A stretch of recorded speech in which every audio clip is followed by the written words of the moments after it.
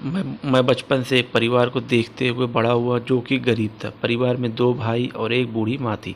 जैसे तैसे उनके करके दोनों बेटों की शादी की। दोनों बेटे अपने छोटे से परिवार के साथ अपना जीवन यापन कर रहे थे। छोटा बेटा उस समय भूजा का ठेला लगाकर अपने परिवार का भरण पोषण कर रहा था।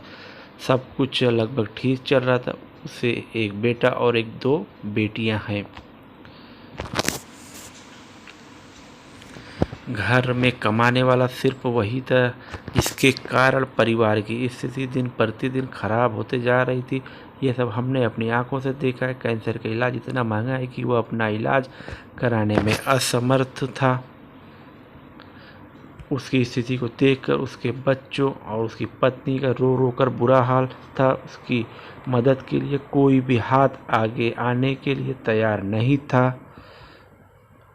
एक बात सही बोली है गई है कि रिश्तेदारी सिर्फ अमीरों से निभाई जाती है। उसकी पत्नी चाह कर भी उसके लिए कुछ नहीं कर पा रही थी। ऐसा लगभग बहुत दिनों तक चलता रहा। भगवान से ये भी देखा गया है कि और अचानक एक दिन उसकी मृत्यु हो जाती है। छोटे बच्चों और उसकी पत्नी की चीख से पूरा मोहल्ला गूंज जाता है। अब आसपास के लोग उसकी पत्नी को चुप कराते हैं तो कोई उनके बच्चों को गोद में लिए हैं। बड़े भी नहीं हुए थे कि उनके सर से पाप का साया हट जाता है। फिर आसपास के लोगों ने मिलकर अंतिम संस्कार किए। घर से कई दिनों तक चूल्हा नहीं जला, लेकिन पापी पेट कब तक शांत बैठे।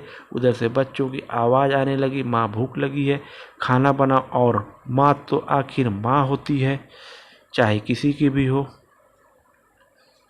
अभी आँख के आंसू सूखे नहीं थे कि फिर वो बच्चों के लिए खाना बनाने गई। बच्चों को तो उसने खिला दिया, पर उससे खिलाने वाला कोई नहीं था। अब घर में रखे पैसे भी धीरे धीरे ख़त्म हो चुके थे और बच्चों को पालना भी था। फिर उसने समाज की चिंता न करते हुए वही अपने पति का ठेला निकाला और फल बेचने लगी। मैं सोचता हूँ आखिर इतनी हिम्मत उस औरत में आई कहाँ से। अभी उसके पति की मृत्यु को महीना नहीं हुआ और वो अपने आंसू पोंछकर अपने बच्चों को पालने का सोच लिया। रोज़ मंडी से फल लाना और ठेले पर रख कर बाजार में बेचना और घर आकर घर का काम करना, खाना बनाना और बच्चों की देखभाल करना।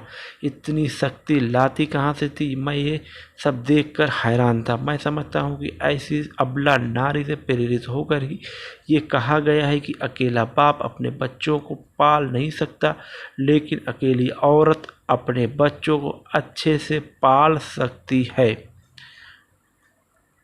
आजकल लॉकडाउन के कारण जो लोग सक्षम हैं वो लोग भी सोच रहे हैं कि कहीं से किसी तरह राशन मिल जाए, लेकिन उस औरत को आज के दिनों में भी फल का ठेला खुशी से ले जाते देखा और अपने बच्चों का भी परवरिश बहुत अच्छे से कर रही थी।